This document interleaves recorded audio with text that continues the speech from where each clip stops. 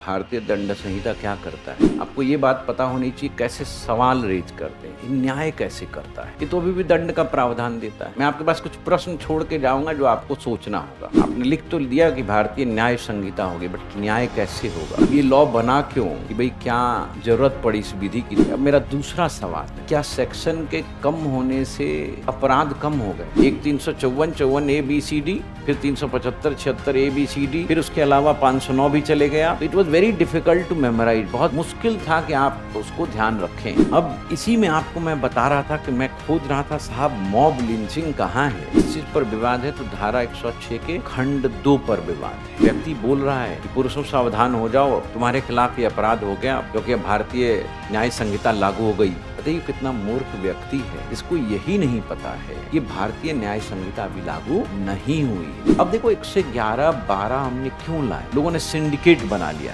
Car की चोरी, तो पूरा रैकेट चलता है। जो विद्यार्थी ये सोच रहा है कि पुरानी पढ़ाई सब बर्बाद गई, वो बिल्कुल निराधार, बेतुका और गैर तर्क संगत। 90% वही है। मैं आपको बता दूं कि नए लॉ को लागू करने में बहुत सारी समस्याएं भी है, और CRPC को लागू करना सबसे कठिन कार्य। यह उस तारीख को प्रवृत्त होगा जो केंद्रीय सरकार राजपत्र में अधिसूचना द्वारा नियत करे। देखिए लॉ की समझ है, हम LLB की डिग्री तो ले लेते हैं, बट लॉ कितना समझते हैं बहुत बड़ा प्रश्न चिन्ह। लॉ वही है अभी भी, जो आप भ्रम में जी रहे हो ना, सब बदल गया सब बदल गया। सरकार का प्रयास सराहनीय है, बहुत अच्छा काम किया है, नई नई बातें लाई, पुरानी चीजों को जो रेलिवेंट नहीं था डिलीट भी किया, वो सब तो अच्छा है। एक तो इसका आलोचना किया गया कि क्या पुरुष यदि पुरुष को विवस्त्र करता है तो वो अपराध नहीं है। ये बात मैं स्वीकार नहीं करता, बाकी आप विचार करिए। मुझे लगता है IPC पे मैंने सफिशिएंटली बोल दिया है और आपको बात थोड़ी बहुत तो समझ में जरूर आई होंगी।